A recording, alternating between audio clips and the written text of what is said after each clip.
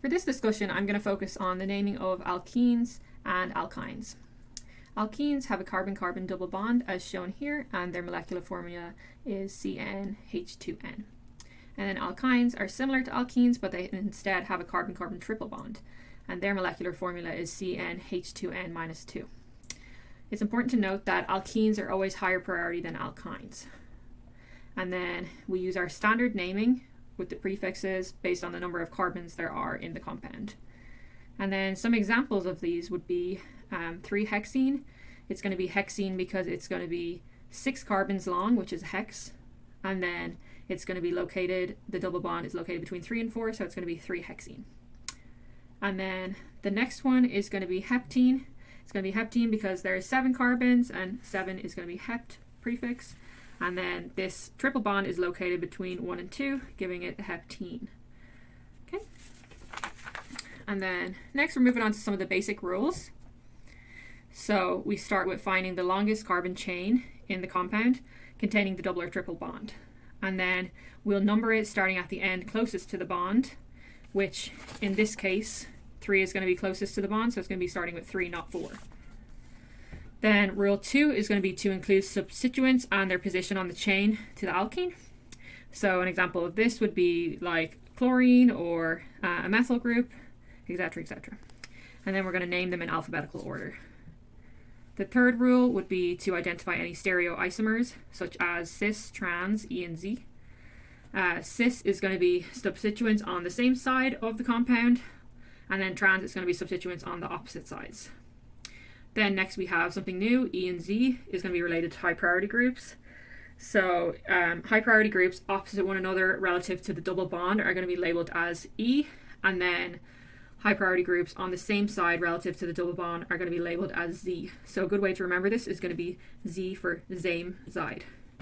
And then another thing important to note is that alcohol groups take priority over double and triple bonds. Okay, and then rule 4 is going to be a molecule containing both double and triple bonds is going to be an alkene. And then the numbering will start with the end closest to the first appearing functional group. So for example, it's going to be starting off here because this is the first appearing functional group on this chain. So it's going to be, going to count the number of carbons, 1, 2, 3, 4, 5, 6, 7, 8, 9. So it's going to be 9 for nonene, and then we're going to label 1 for the first triple bond, and then the double bond is going to be between 4 and 5, so it's going to be 4. And then the ethyl group is going to be on 6, and the methyl group is on 3. So it's going to be 6 ethyl, 3 methyl, 1 4 nonene. Okay, next we have E and Z naming, and as I said before, E is going to refer to high priority groups on the opposite sides of the double bond, and Z is going to refer to high priority groups on the same side. And this only describes alkenes, it doesn't refer to triple bonds. Cool. So the priority of groups is based on the atomic mass of the attached atoms. So chlorine is going to be higher priority than a hydrogen, for example. And then here's another example here. So looking at these two, chlorine is of higher priority, so that's circled. And then on this side, bromine is going to be higher priority than the methyl group.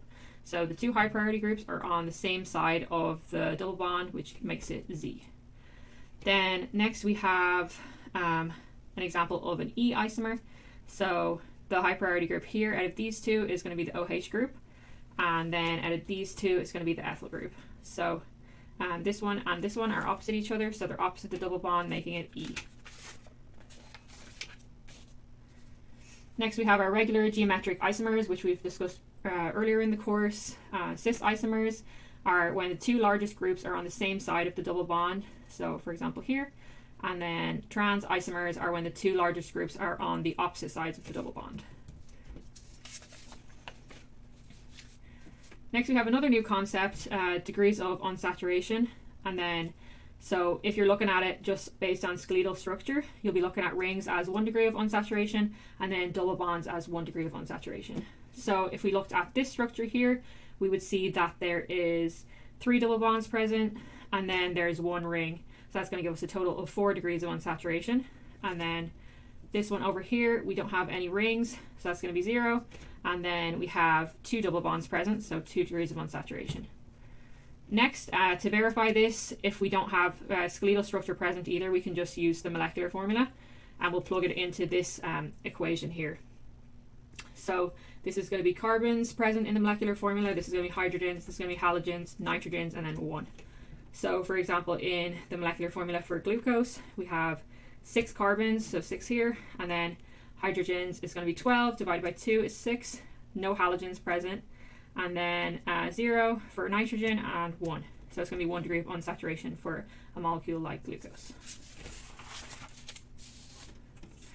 Now, lastly, we come to some naming examples. So this here is going to be counting the number of carbons in the structure, which is going to be 7, giving us the heptene, and then we start at the double bond. We always start naming at the double bond unless there's an alcohol present. So it's going to be 1 for that, and then the chlorine is present on 4, bromo is present on 5. So we start in alphabetical order: 5 bromo, 4 chloro, 1 heptene, because it's double and not triple.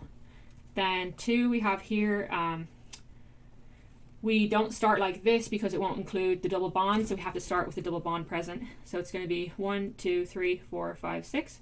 So it's going to be hexene for that, for 1, and then there's going to be a propyl group here, and that's located off 2, so 2 propyl, 1 hexene. Cool. Now, with this one here, it's a ring structure, so we know this is going to be a cyclohexene because it contains a double bond, and then there is an ethyl group present on 3, so that's going to be 3-ethyl cyclohexene. And we don't have to include this one here because it's just 1. Okay, and then next is going to be this one here, another ring structure.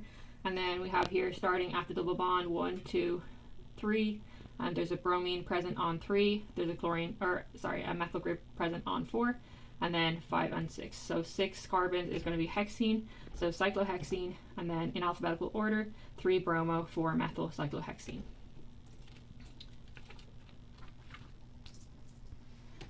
Another example here of alkenes is going to be 2-pentene, and how do we get that? It's going to be pentene because there's 5 carbons, and then it's going to be 2-pentene because the triple bond is located on the second carbon. So 2-pentene. This one here is going to be a ring structure, starting at the start of the triple bond. It's going to be 1, 2, 3, 6 is going to be hexene for triple bond, the YNE, and then it's going to be off 1, so 1 cyclohexene. This next one here is going to be 1-butene. How do we get that? Starting at the triple bond, and then 4 carbons is going to be 1-butene.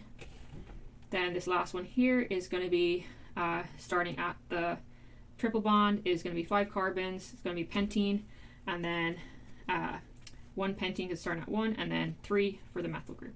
So 3-methylpentene. Thank you for listening, and any questions just post in the discussion.